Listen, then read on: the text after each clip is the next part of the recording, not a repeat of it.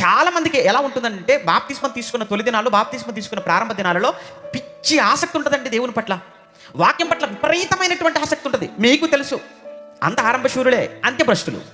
ఆరంభశూరత్వం, ఆరంభంలో ఎంత వేడిగా ఉంటారు, ప్రారంభంలో ఎంత ఉరుకులు పరుగులు, అందరూ ఉరుకులు పరుగులు పెట్టిన వాళ్ళే ప్రారంభంలో ఎక్కడంటే మీటింగ్ వచ్చేస్తారని అంటారు.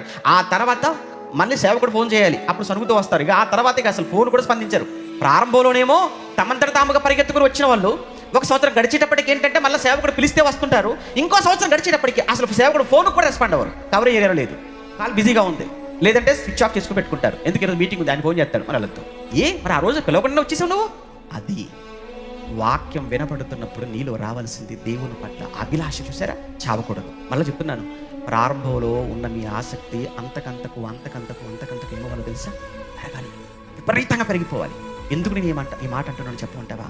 ఆ దినము సమీపించుట మీరు చూచిన కొలది అన్నాడు కదా. అంటే అర్థం ఏంటి? ఆయన రాకడ దినం లేదు అని అంటే వయసు మీద పడుతుంటే, రోగాలు శరీరంలోకి ప్రవేశిస్తుంటే, చుట్టూ పరిస్థితులు మారిపోతుంటే అన్ని గమనిస్తున్న నువ్వు నీ రాకడ, నీ పోకడ దినం, నీ చావు దగ్గర పడుతుందని తెలియట్లేదు. నీ శరీరం నీకు చెప్పడం లేదా? చెప్తుంది. అలానే చుట్టూ ఉన్న పరిస్థితులు నీకు చెప్పడం లేదా? చెబుతున్నాయి. అలానే రాకడ కూడా సమీపంగా ఉంది, నీకు అర్థం కావట్లేదు, అర్థమవుతుంది. ఒకవైపు యేసు రాకడ గుర్తులు కనబడుతున్నాయి, ఒకవైపు చుట్టూ ఉన్న సమాజం అంతా పాడైపోతుందో నువ్వు చూస్తూనే ఉన్నావు, మరోవైపు నీ శరీరం కూడా నీకు అడ్వర్టైజ్మెంట్ ఇస్తూనే ఉంది, ఒరే రోజులు దగ్గర పడుతున్నాయి జాగ్రత్త అని.